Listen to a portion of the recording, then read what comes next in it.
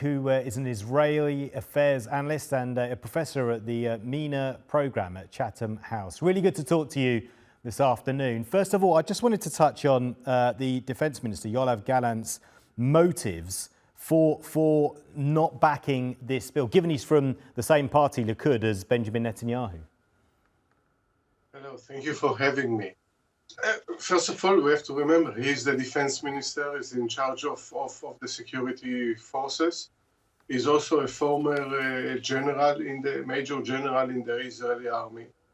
And the unfairness that some, people carry the burden of serving in the army, risking their lives, as we see right now in Gaza, while others, not only, and you mentioned more than 60,000 Haredi, Ultra-orthodox, are not serving, but also supported by the public purse for many, many years without serving, or, by the way, contributing to generating wealth within the society, causes a real outrage. It also causes practical challenge, because as we could see, sadly, wars bring with them also the deaths of soldiers. There is need for more soldiers. And at the same time, there will be the way that the security forces see that the demand for more operation in the next few years will only grow. And as a result of it, there will be need for more soldiers for years to come. Yeah. Clearly, Benjamin Netanyahu is in a really tight position here because he has far-right ultra-orthodox parties in his coalition government who will be pushing for him to get this law through. But then on the other hand, he's got two members of his war cabinet, well, one who opposes the bill and another one who's threatening to resign. How do you think this is going to play out, and how likely do you think it is that we'll see another election in Israel sometime soon? I think it's really a watershed moment, because it's not only on this issue specifically, it's really the relations between different segments within the Israeli society, and the burden when it comes to military service, to the economy, who gains from public goods and who actually are the one that contributes more than the others.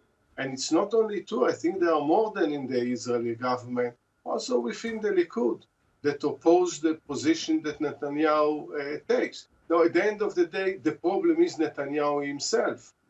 He won't go, and he wants to face his corruption trial while he's still prime minister. And if he goes today, there is a possibility of forming a coalition even without election.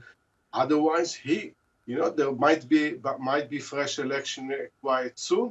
But we have to remember at the same time, Netanyahu is the one that decided to be blackmailed, to open himself to blackmail in order to stay in power, despite his corruption trial, despite his failure in October 7, and despite the failure actually to achieve the war objective as he said to the army. Yeah, so what we're talking about is huge repercussions then from Israeli politics, not for the Middle East and for the wider world, really, here.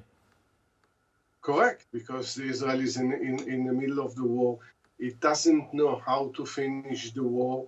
It sets an objective that was unrealistic from the beginning of destroying Hamas, without defining that whether in military terms, in ideological terms, in political terms. It's already nearly 6 months fights in Gaza, losing the support of most of the world, including its closest ally, the United States. Even the United States, whatever criticism might be about the UN Security Resolution that the United States presented, it was a move forward to call for an immediate ceasefire. So within all of this mess basically created, it also has to deal with domestic issues that divide the country severely. Really appreciate your analysis. Thank you so much for joining us. Yossi Mekelberg there, Israeli affairs analyst from Chatham House in the UK.